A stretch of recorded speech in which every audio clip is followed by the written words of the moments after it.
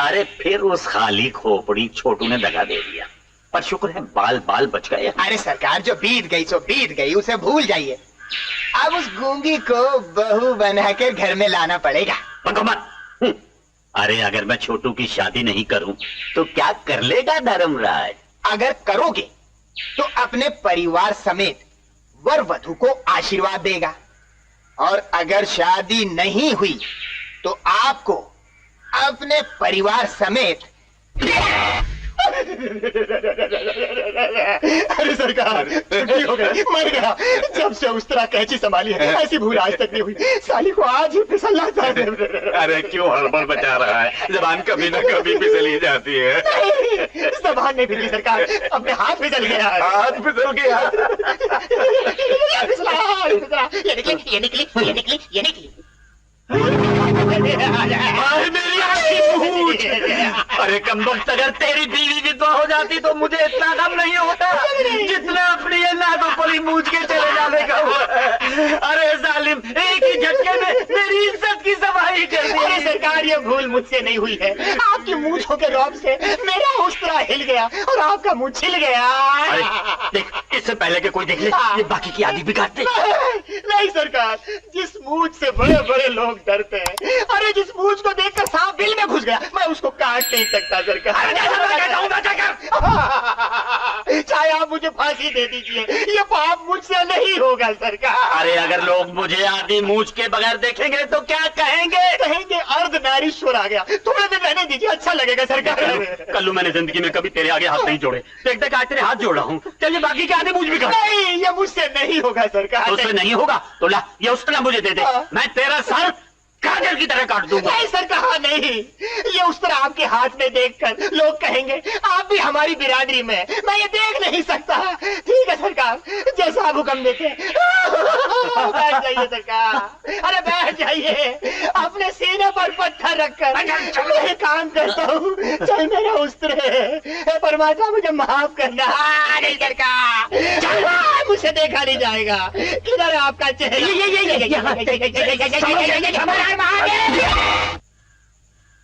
वाह वाह सरकार वाह। मूंछों के साथ भी एक बात की और मूंछों के बगैर भी एक बात है सरकार। वाह वाह वाह, क्या चेहरा चमक रहा है। अबे कल्लू, अरे मूछ गई तो गई, घर की खेती है, फिर से उगाएगी। मगर सवाल तो ये है कि उस गूंगी लड़की से कैसे पीछा छुड़ाया जाए। सीधी सी बात है, उस गूंगी को अपनी बहू बना लो। बहू? हाँ, धर्मराज का फैसला तो आप सुन ही चुके हैं। या तो छोटू की सुधा से शादी या फिर नगर वनवास। आपका आधा खजाना आपकी मूछें थी, वो तो कटवा चुके हैं आप। अब रही ये जायदाद और हवेली, अगर ये भी चली गई तो सड़क पे आ जाएंगे आप। और नगर वनवास के बाद वो जो धर्मपीठ पाने का जो सपना था वो भी अधूरा रह जाएगा, कुंडली खराब। देखो शास्त्री, मैं ये गांव छोड़कर तो नहीं जाने वाला, चाहे मेरे प्राण निकल जाएं। तो धर्मराज का फैसला मान लो, उस गूंगी लड़की को अपनी बहू बना लो, और उसके बाद इस शास्त्री की चाणक्य नीति देखो।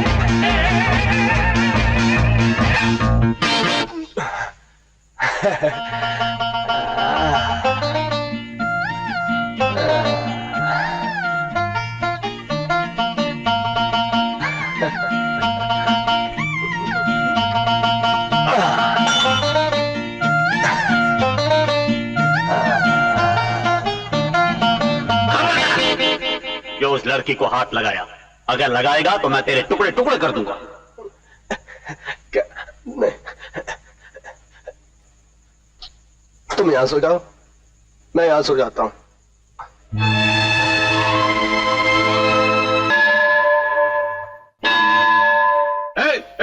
चलो चलो चलो चलो चलो, फिर आ गए तुम। कितनी बार मना किया कि तुम मंदिर में प्रवेश के लायक नहीं हो। चलो जाओ, तो जाओ, मुझे भगवान की मूर्ति को जल चढ़ा जाओ। चल चल चल चल। शास्त्री, होश की बात करो। तुम्हारी ये हिम्मत कि मेरे घर की बहू को मंदिर में जाने से रोको? श्रीमान, तुमने मुझे खुद ही तो उसकी कुंडली दिखाई थी। अब कुंडली देखकर भी क्या मैं इसे मंदिर में आने दे सकता हूँ? तो क्या इसकी कुंडली में ये लिखा है कि ये मंदिर में नहीं जा सकती? अवश्य यही लिखा है। ये बांझ है, इसकी संतान नहीं हो सकती। और बांझ को मंदिर में आने देना मतलब सुहागनों के मंगलसूत्र को तोड़कर बिखेर देना। सुहागनों, क्या मैं इस बांझ को मंदिर में आने दे सकता हूँ? ये भी नहीं बोल रही। हाय राम, चौधरी वंश का सफाचक, यानी छोटू के बाद इनके वंश का कोई नाम लेवा न होगा। कलयुग है, कलयुग। लेकिन मैं इतना गया गुजरा नहीं कि अपने वंश का अंत होने दूं। मैं अपने बेटे छोटू की दूसरी शादी करूंगा। हाँ, दूसरी शादी करूंगा। उड़, उड़।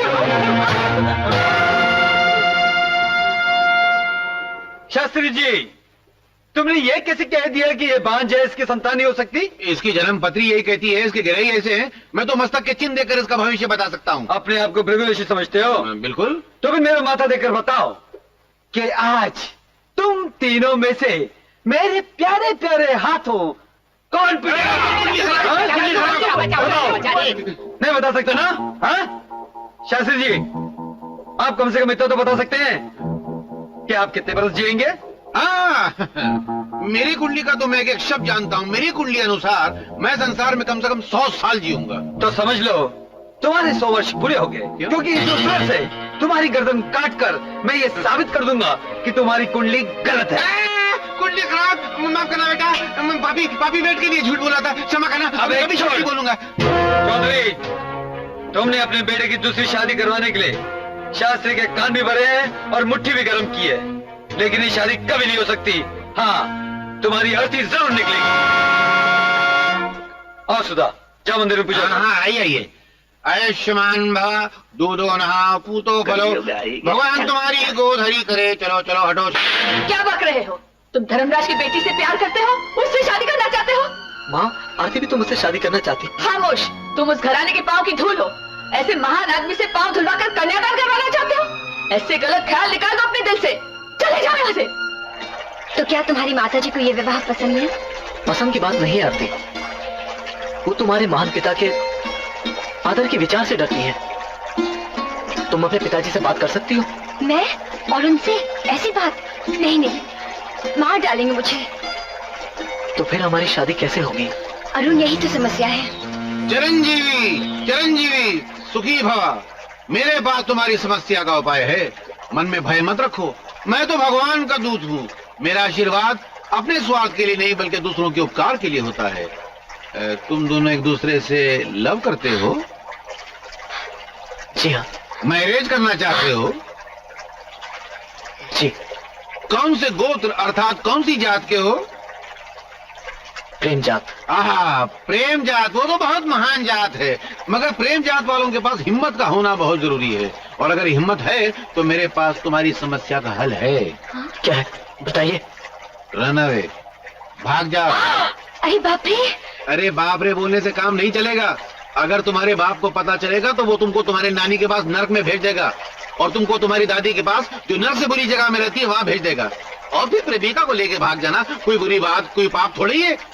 भगवान श्री कृष्ण रुक्मणी को लेकर भाग गए थे, पृथ्वीराज संयोक्ता को लेकर भाग गए थे। तुम इसके साथ भाग जाओ, चुपके से शादी कर लो, फिर जाके अपने बाप के पैर पकड़ लो। वो मजबूर होकर तुम दोनों को आशीर्वाद दे देंगे। मैं शुभ घड़ी बताता हूँ। हाँ, कल सुबह 8:50 पे बिल्कुल शुभ घड़ी है। भाग जाओ, भाग जाओ। चलो भैया, इसमें गर्म पानी है और इसमें ठंडा है। अरे मालूम है उसमें गर्म है उसमें ठंडा, ये भी लल्लू है। कल्लू जी सरकार। उस शास्त्री के कहने से मैंने छोटू की शादी गूंगी सुधा के साथ कर दी। जी, लेकिन जैसा मैंने कहा था तो उन पर कड़ी निगरानी रख रहा है ना। अरे आप फिक्र मत कीजिए सरकार, हम दोनों भाई मिलकर उनको एक पल के लिए पास भटकना तो क्या, आंखों में आंखें डालकर देखने तक नहीं देते। अच्छा शाबाश। अरे बस ये 4-6 महीने और सह लो, सह लेंगे सरकार, सह शुभ लेंगे। समाचार, शुभ समाचार। मर गए क्या? नहीं, उसी का प्रबंध करके आ रहा हूँ। अरे सुनिए तो, उनकी बेटी एक लड़के से प्यार करती है और मैंने दोनों की बुद्धि में कील ठोक दी है कि घर छोड़ के भाग निकलो। और जैसे ही दोनों घर छोड़ के भाग निकले कि सारा गांव थू थू करेगा और धर्मराज जी के हृदय की गति बंद हो जाएगी। अरे मान गए शास्त्री, समझ में नहीं आता तुम्हें क्या पुरस्कार दूं। अरे गर्मी में आए हो, लो तुम्हें ठंडे पानी से नहला दूं।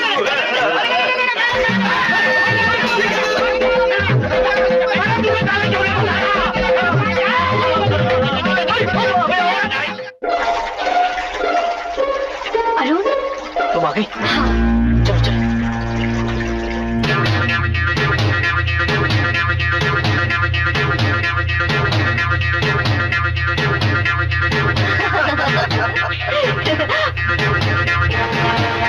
अरे प्रकाश, वो आरती है ना?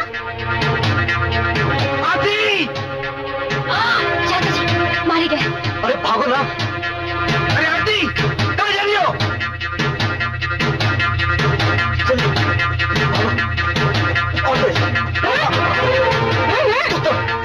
जल्दी आरती, और तेज भागो भागो। चाचा जी हम आरती, ये सब क्या हो रहा है? ये लड़का कौन है? हाँ। और इस वक्त तुम कहाँ जा रही हो? मैं अरे ताला क्यों लग गया? बोलो ताला क्यों लग गया? हाँ चाचा जी कैसे कहूँ, आपसे छुपा नहीं सकती, मैं और अरुण एक दूसरे से प्यार करते हैं। घर के डर से हम डर से क्या? डर से क्या? जी जी जी, डर से हम ये गांव छोड़कर दूसरे गांव भाग रहे थे। भिंडी जितना कद नहीं, तुम्हारा इतना हौसला कि धर्मराज जी की लड़की को भगा कर ले जा रहे हो? हाँ बोलो। ठहरो ठहरो प्रिया, मुझे बात करने दो। क्या तुम आरती से सचमुच प्यार करते हो? जी हाँ, इसलिए हम दोनों ने शादी का फैसला कर लिया। बड़े बुजुर्गों को धक्के में रख के। अरे प्रिया ठहरो तो सही। देखो आरती, शादी इस तरह नहीं की जाती। मैं भैया से बात करूंगा। पिताजी मुझे मार देंगे। डरो नहीं, बाप का दिल बड़ा कोमल होता है। मैं बात को संभाल लूंगा। कहूंगा जिससे आरती प्यार करती है उससे उसकी शादी हो जाने दीजिए। क्यों प्रिया? हाँ मैं भी कहूंगी, वो कोई शेर या हवा तो है नहीं, वो मेरी बात को टालेंगे नहीं। आप देख लेना मैं कैसे इस उलझन को सुलझाती हूँ। चलो जाओ। अरे जाना, खड़ा क्या है? एक पंत और दो काज। भैया इनकी शादी के लिए राजी हो गए तो हमारी लाइन भी साफ हो जाएगी।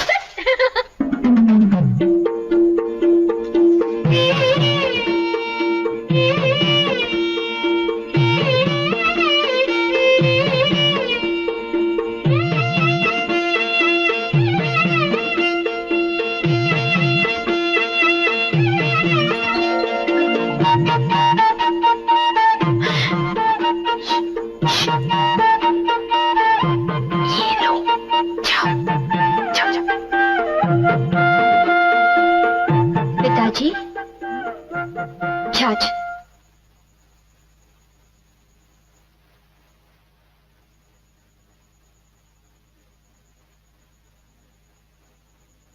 भाभी, जो काम वक्त पर हो जाए उसकी बात ही और होती है ना?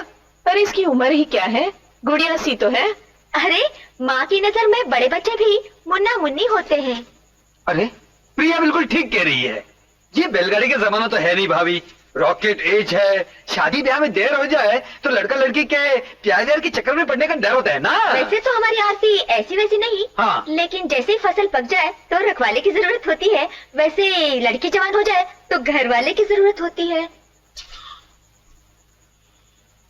आरती, हाँ बेटी क्या तुम किसी से प्रेम करती हो? नहीं, वो चाचा जी वो मैं? नहीं। माँ जी। देखो बेटी, ब्रह्मा ने मनुष्य का मुख इसलिए बनाया है कि उस पर उसके मन की छुपी हुई भावना प्रकाशित हो जाए।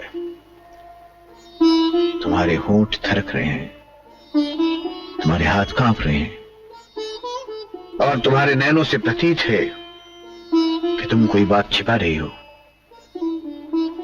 कौन है वो आरती? कौन है वो जिसके लिए तुम्हारे मन में स्नेह की भावना है? जी मैम।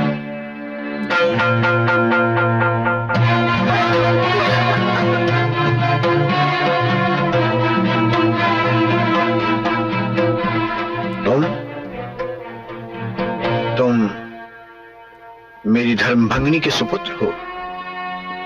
आज तक मुझे मामा कहते आए। ये विचार मेरे मन में कभी नहीं आया कि मामा को पिता बनकर कन्यादान भी करना होगा। लेकिन अब ये पवित्र कार्य करके मैं अपना रहा सहा कर्तव्य भी संपूर्ण कर दूंगा। अगले मास बुधवार की रात्रि को बड़ा शुभ मुहूर्त है।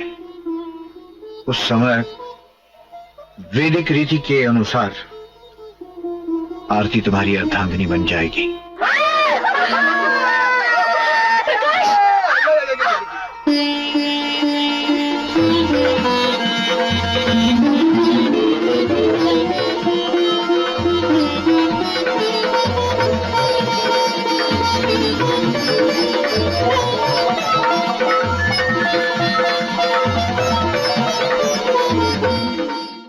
शास्त्री, धर्मराज अपनी बेटी की शादी के निमंत्रण पत्र बांट रहा है। सुना तुमने? हाँ, कुंडली खराब सुना है। क्या खाक सुना है? अरे मेरे बेटे की शादी एक गूंगी से हो जाए और धर्मराज की बेटी की शादी एक पढ़े लिखे सुंदर लड़के के साथ, और मैं हाथ पर हाथ धरे बैठा रहूं। शांति शांति श्रीमान, ऐसे ही समय पर मेरी चाणक्य की नीति काम आती है। मुझे नहीं चाहिए तुम्हारी नीति। अरे इस मुचक्कर चौधरी ने एक ऐसा उपाय सोचा है जिसके सामने चाणक्य नीति भी पानी भरने लग जाए। अब देखना मेरा कमाल।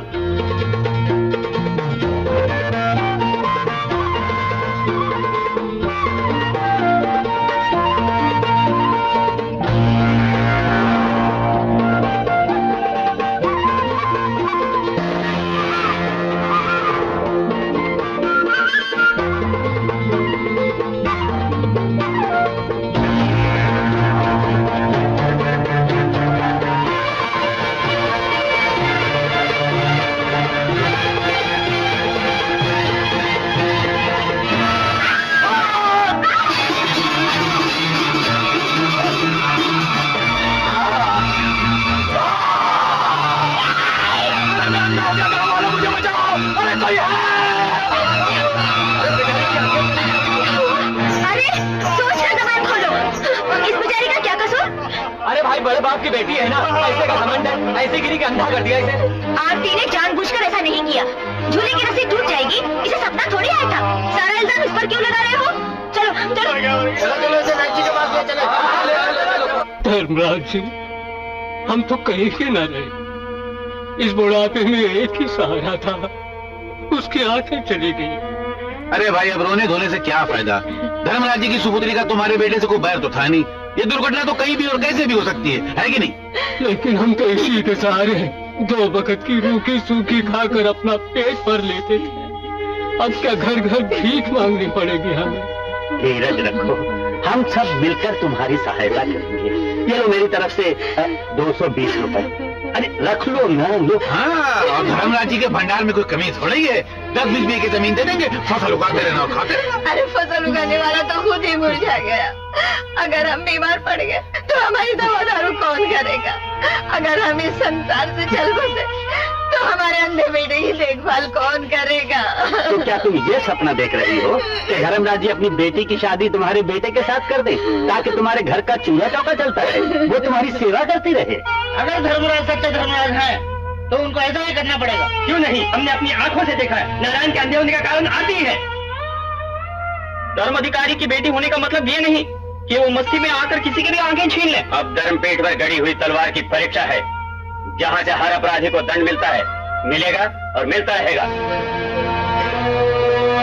ये क्या, धर्मराज जी ने मुख भी नहीं खोला और चले जा रहे हैं? शायद धर्मपीठ पर न्याय सुनाने जा रहे हैं। जाहिर बात है, खुद के वंश पर कलंक लग रहा है तो न्याय तो करना ही पड़ेगा ना, वरना कुंडली खराब। अरे धर्मराज जी कोई मामूली आदमी नहीं है, महान आदमी है, महान। न्याय तो करके ही रहेंगे इस कलयुग में। माँ जी, लोग जो आरती के बारे में बोल रहे हैं वो सरासर झूठ और अन्याय है।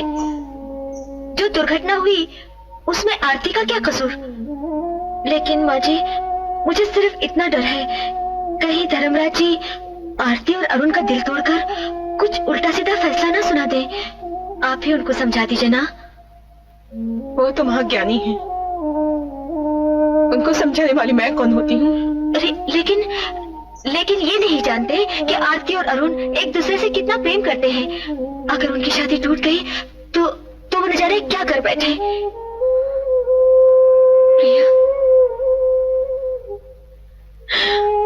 अभिधा ने उसको बदलना मनुष्य के हाथ में तो नहीं।